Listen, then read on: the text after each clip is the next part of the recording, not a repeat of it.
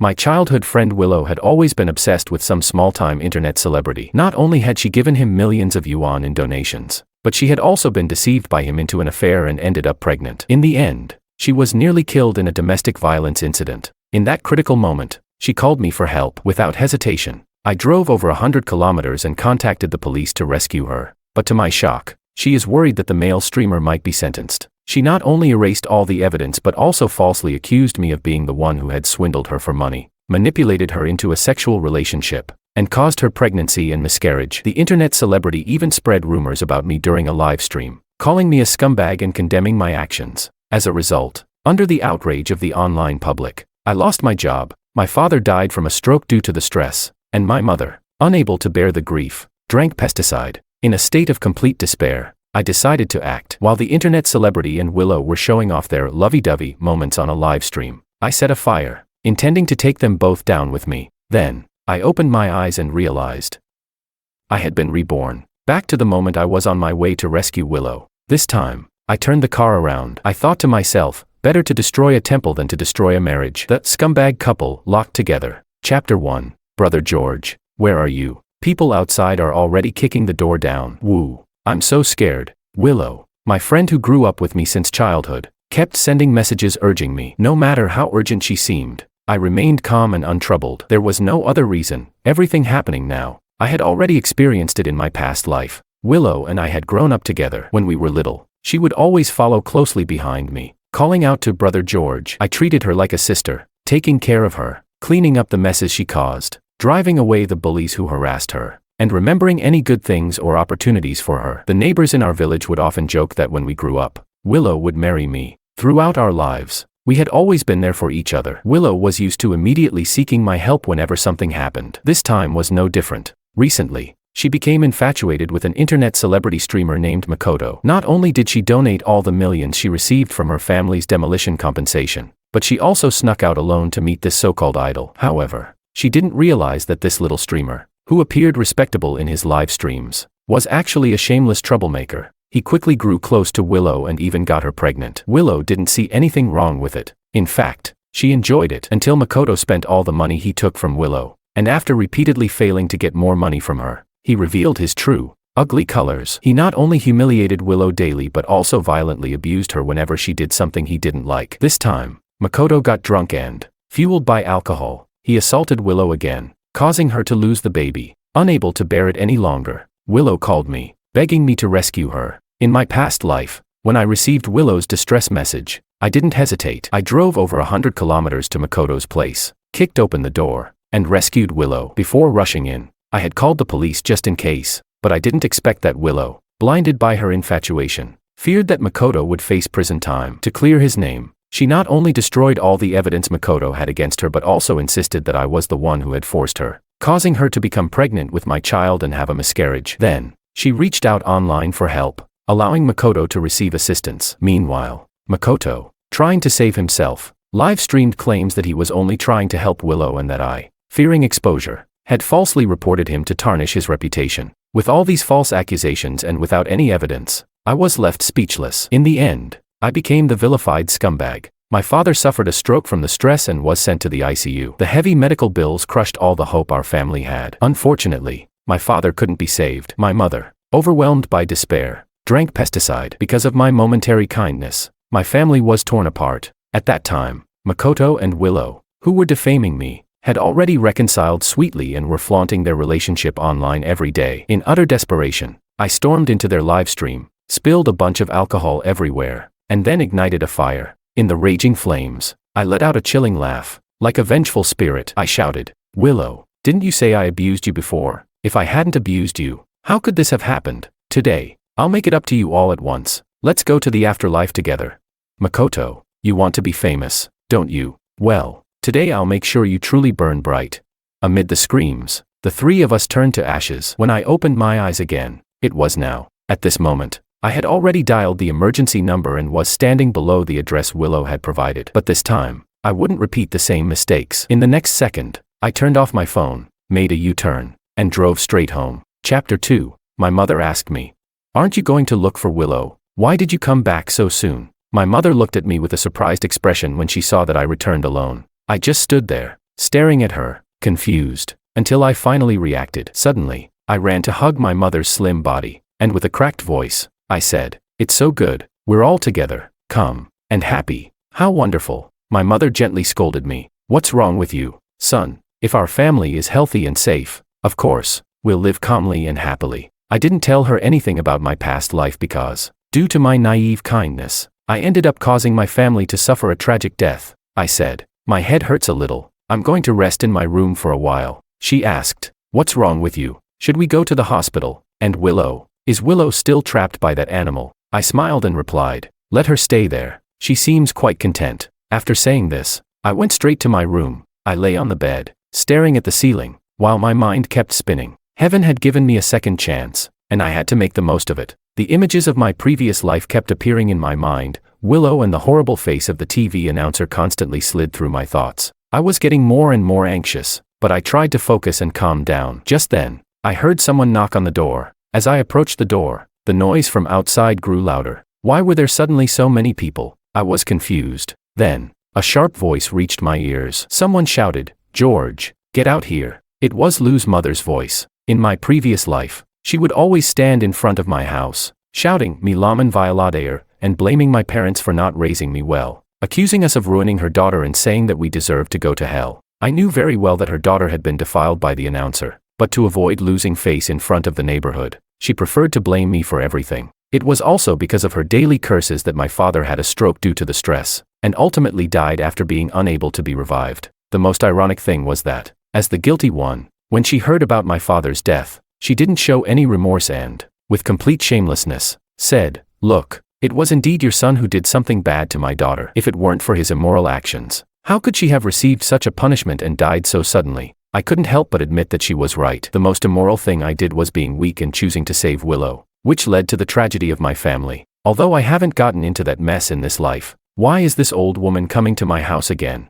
With many doubts, I headed to the front door to see what was going on. When I reached the door, I hesitated for a moment, then took out my phone and turned it on to record, making sure it could capture the furious screams of Lou's mother, before calmly leaving the room. Chapter 3. When Lou's mother saw me coming out, she lunged at me like a madwoman, shouting, "Scoundrel, are you even human?" She turned around and loudly screamed at the curious neighbors, "Everyone, come look at this little beast." Willow was in danger and begged him for help, but he didn't even care. Now, he's back home, just sleeping. With that, she glared at me with bloodshot eyes and questioned, "How can you live with yourself after everything you and Willow went through? How can you betray her trust like this?" The neighbors didn't know the full story, and hearing that, they all frowned at me. In my previous life, I had suffered tremendously because of public opinion. This time, no matter what, I couldn't let it happen again. So, I raised my voice and retorted without hesitation, "I don't understand what you're talking about. Did I tell Willow to travel all the way to find that little streamer for a one-night stand?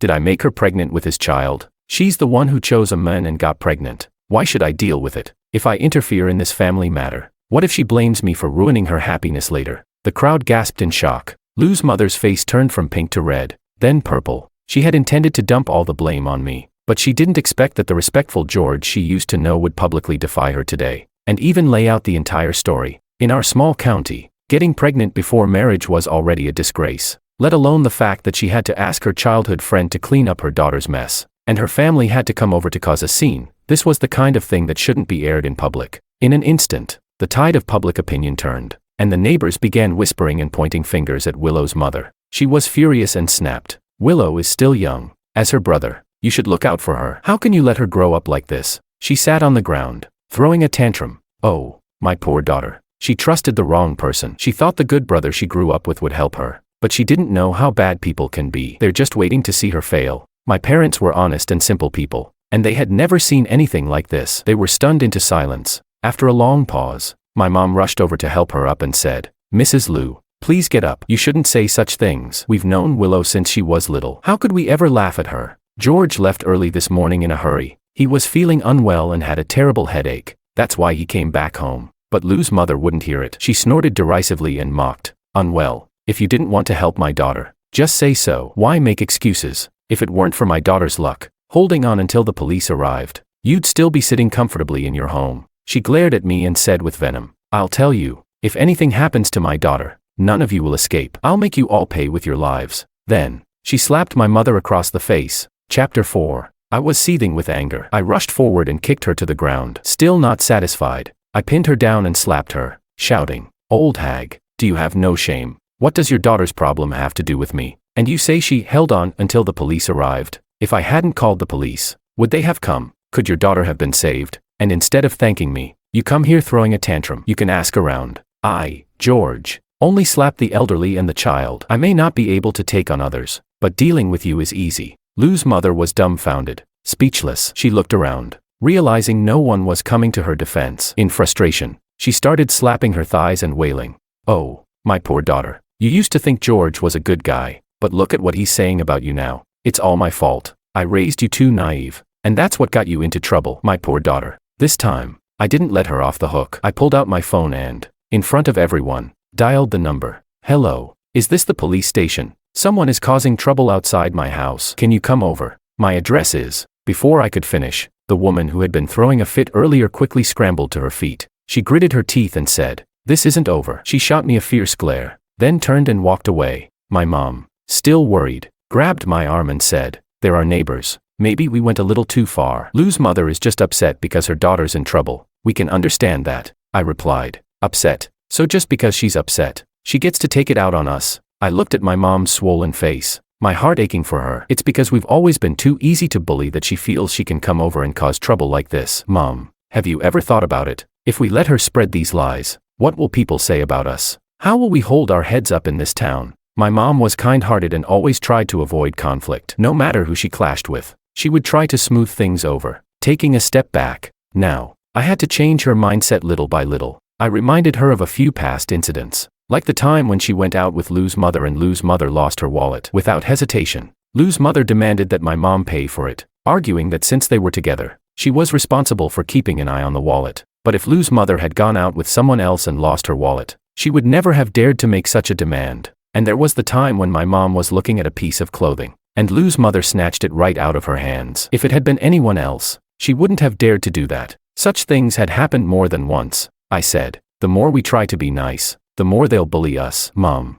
think about it." My mom fell silent, lost in thought. I didn't expect her to change her perspective immediately. After giving my dad, who was standing in the yard smoking, a nod, I turned and walked out the door. I didn't believe Willow and her family would back off just like that. To deal with the aftermath, I needed to find someone, a person from my previous life. Chapter 5. Anna asked, "Why should I team up with you? I've already gotten rid of that trash. There's no reason for me to make trouble for myself." I smiled. "He may not bother you now that he scammed money from someone else, but what will happen when he runs out of cash?" She fell silent. The little streamer who attracted Willow wasn't just some nobody. He was already gaining a bit of fame online, but the majority of that fame was due to his ex-girlfriend, Anna, sitting right in front of me. To help this little streamer rise, Anna had single-handedly planned his career and even invested her own money to market him. But when he started gaining some recognition, he didn't hesitate to cheat on her. That's when Anna realized she'd made a mistake and decided to break up with him. But the little streamer wasn't willing to let go of his cash cow,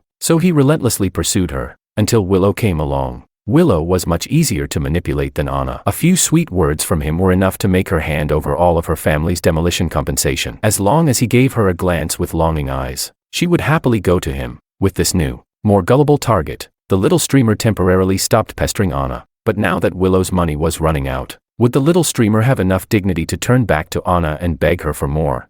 The answer was obvious. As I was talking to Anna, her phone suddenly rang. She glanced down at the screen and then, with a bitter smile, turned the phone towards me. "You really are a harbinger of bad news," she said. The message was from an unknown number, and it read, "Anna, it's Makoto. I miss you so much. I've been thinking about the times we spent together. How about we grab a meal sometime?" I had to admit, the speed of his actions was impressive. Anna swiftly blocked the number and said, "All right, I'll agree to your proposal, but only if you can promise to get Makoto locked up. Tell me, what do you need me to do?" Chapter 6. After finalizing the plan with Anna, I drove home, only to unexpectedly run into Willow at my doorstep. She looked pitiful as she said, "I know I've caused you a lot of trouble, George. I came to apologize." "I'm sorry, big brother." Willow's pale face really did look quite pitiful and heart-wrenching. But after living through one life already, I knew exactly what kind of filthy soul was hidden beneath that seemingly innocent face, and I wasn't going to fall for her act again. I replied,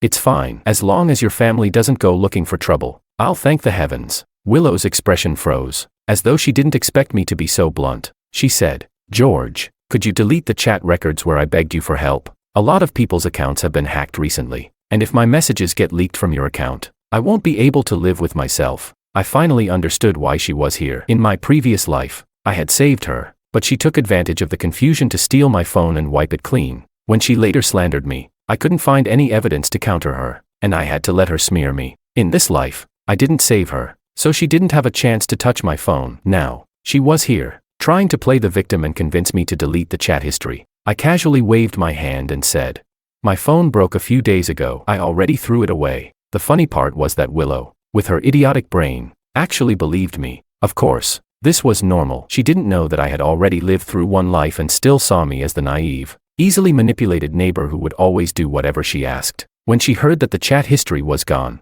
she let out a sigh of relief and said, "That's good. Now, let's talk about compensation. How much are you planning to pay us?" I was speechless. I asked. "Compensation," she replied. "Yes," and raised her voice. "You caused so much trouble for Makoto and me. Don't you think you should pay up?" I laughed.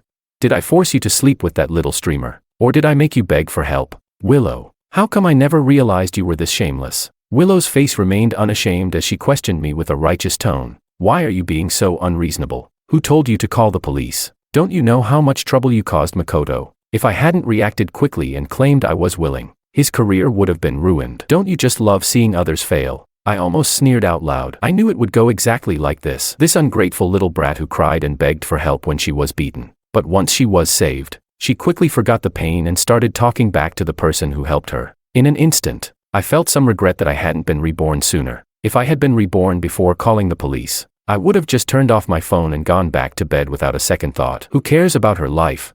Seeing that I didn't respond, Willow thought I was feeling guilty and intimidated. So her arrogance grew. She said, "You need to bring out all the demolition compensation money from your family and give it to Makoto." I sneered and laughed lightly, and before she could react, I pushed her to the ground, stepped over her, and entered the house. This was the first time Willow had ever been treated like this by me. She was stunned and stood frozen for a moment, only getting up after a while to scream at me, "George, you're done for. When you're ruined and disgraced, don't regret it. I'll make you kneel in front of me," crying, handing over the money. In this life, just like the last one, Willow and Makoto chose the same path. They started streaming again, telling the same story, as the biggest villain in the whole ordeal. I had forced Willow to get pregnant, and then, to avoid responsibility, I pressured her into silence. Willow, as a helpless young girl, eventually had no choice but to turn to the internet for help. Makoto, the kind-hearted good guy, offered to help her, but I, worried the truth would come out,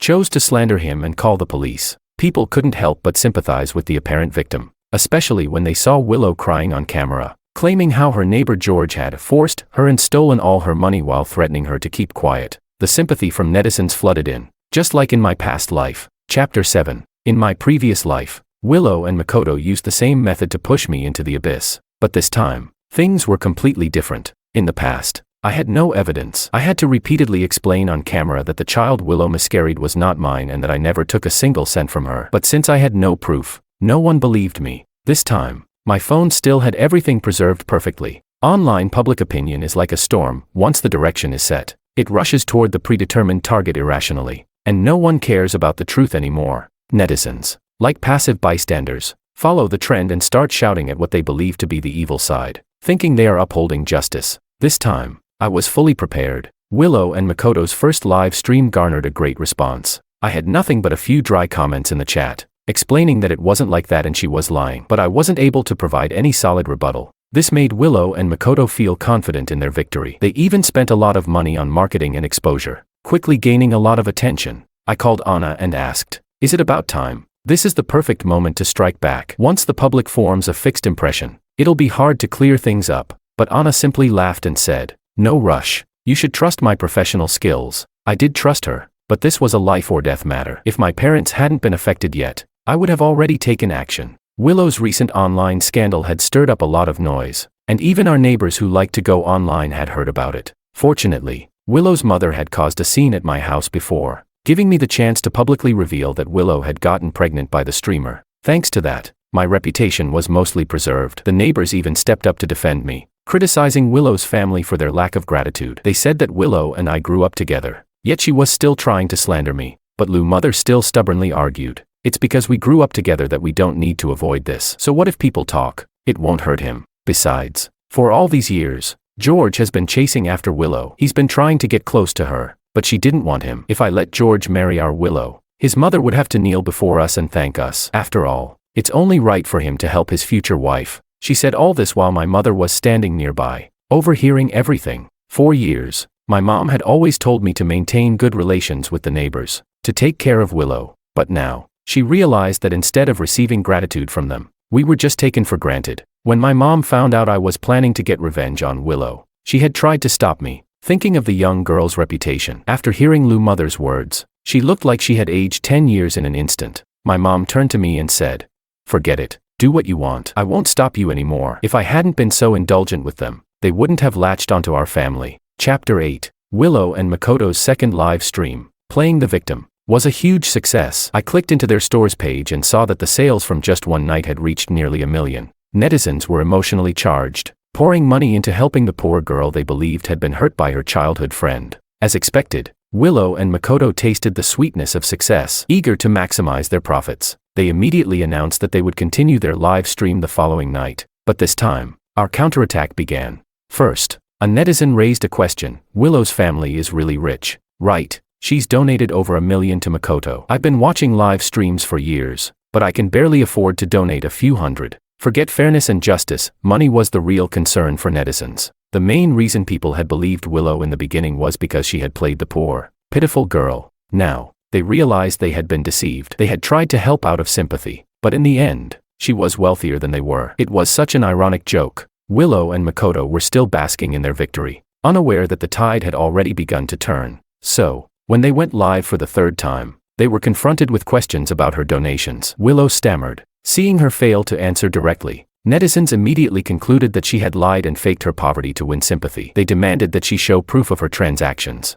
Willow, now desperate, cried, "My family really has no money. All the donations to Makoto came from our demolition compensation. It was all we had. You're cyberbullying me. You're trying to drive me to my death." In her panic, she blurted out the truth. Anna and I had already set people up in the live stream chat, waiting for this moment. One person commented, "Didn't you say that your neighbor brother took all your money? How come now you're saying you donated it all to the streamer? You're just lying without even thinking." Another person said, "You said your brother took all your money, but now you're giving it to the streamer. Could it be that the lost child was actually blamed on your neighbor brother to cover for the streamer?" A third comment read, "Oh my God, how could someone like this exist? She slanders her neighbor, and now she's live streaming and making money off of it. I've seen her sell millions in one night." With the narrative starting to shift, the next developments were almost inevitable. Netizens began to boycott Willow, and those who had made purchases during her live streams rushed to return their items. Willow and Makoto not only failed to make any profit, but they also had to pay hefty fines to the merchants for breaching contracts.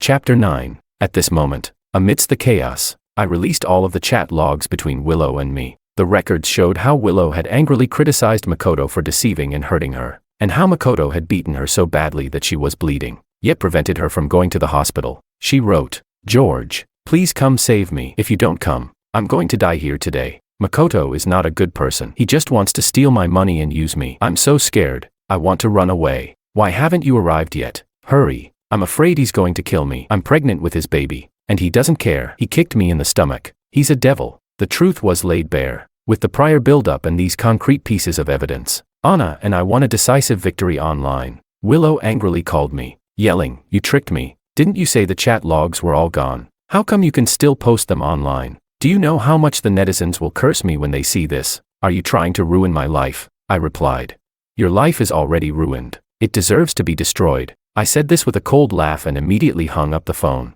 Willow's family came to my doorstep again, but this time, their attitude was completely different from before, no longer arrogant and domineering. Lou mother said, "I've been thinking about it. The two kids grew up together, and we've known each other for so long. If they get together, they'll surely get along well, won't they?" Lou mother flashed a fake smile and tried to chat with my mom, but my mom had been deeply hurt by what Lou mother had said in front of everyone before, so she completely ignored her attempts at conversation. My mom nonchalantly replied, "The kids are grown up. They have their own thoughts. It's better for adults to stay out of it. Besides, Willow is pregnant with that influencer's child. Even though she lost it, the affection still remains. Let's not be the bad guys who break up a couple." Lou Mother's face turned sour. She furrowed her brows and said, "At that time, she was young and impulsive, but now Willow regrets it. She told me after thinking it through that George is the best for her, and she's willing to marry him. All you have to do is get George to clarify that everything he said before was just him being angry and making stuff up. If you do that, I'll let Willow marry your George. How does that sound?" But just then, an ant walking by interrupted. "Oh, Lou, your Willow is really something. Huh? She's got a golden edge, so valuable. She lies and slanders, gets cursed online, and now that she's been exposed, she's asking for help from others. I think Willow is nothing special, and you shouldn't be so arrogant," Lou Mother replied. "You don't understand. Willow and George have a strong foundation of feelings." I snapped back.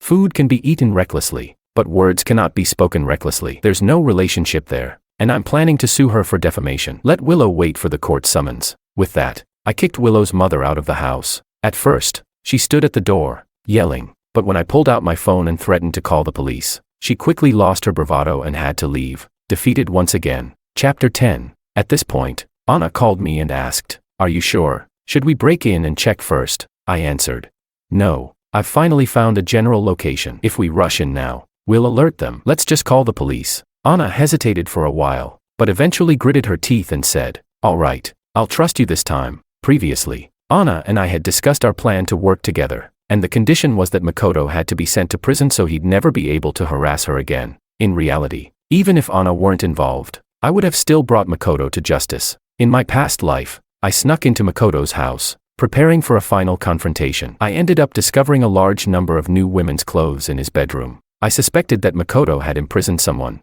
and worse, I feared he had already acted on it. Over the past few days, I had been preparing for my retaliation against Makoto while secretly following him. Sure enough, I discovered that he would go to the suburbs every 2 days, mostly alone, though sometimes Willow would accompany him. I watched from a distance as he carried various supplies into a residential area, but I was too worried about being noticed, so I didn't follow him immediately. After some investigation, I found out that Makoto wasn't local and didn't have any relatives living in the suburbs. When I thought back to the women's clothes I'd found beside his pillow, I decided to take a risk. This was about someone's future. I couldn't afford to be careless. After calling the police, they were initially reluctant to open a case, given there was no concrete evidence. What's more, the conflict between Makoto and me had already gone viral online, so they considered my report to be just a form of retaliation. They strongly criticized me for misusing public power for personal gain. In the end, my determination, along with Anna showing up at the police station as Makoto's ex-girlfriend, claiming that Makoto had previously exhibited criminal tendencies and made suspicious statements,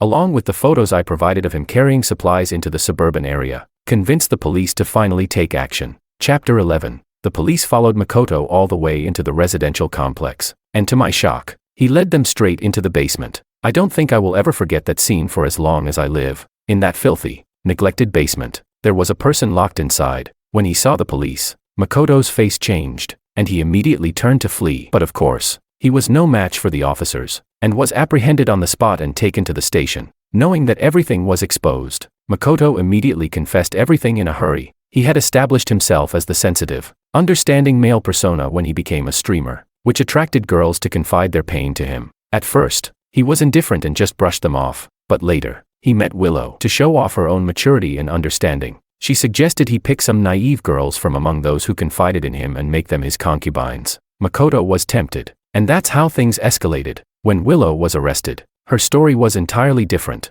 She insisted that it was Makoto who had planned to deceive others. She had initially wanted to call the police, but Makoto had threatened her, saying he would kill her if she did, so she had remained silent all this time. I had always thought that these two had an unbreakable bond, but when it came down to it, not only did they try to escape separately, they even started blaming each other. After the news broke, both Willow and Makoto were imprisoned. Angry netizens vandalized Willow's house, throwing paint and rotten vegetables at it. Willow's mother, unable to stand the humiliation, went outside to argue with people, and was slapped so hard that she fell to the ground, her forehead hitting the pavement. Though she was quickly treated at the hospital, the blow affected her nerves, and she now walks with a noticeable limp. Willow's father, who had never taken responsibility for anything, disappeared without a trace after taking all the money from the household, leaving only a note saying he was going to the city to work. While in prison, Willow attempted suicide several times, and kept demanding to see me. I agreed, intending to finally put an end to everything between us.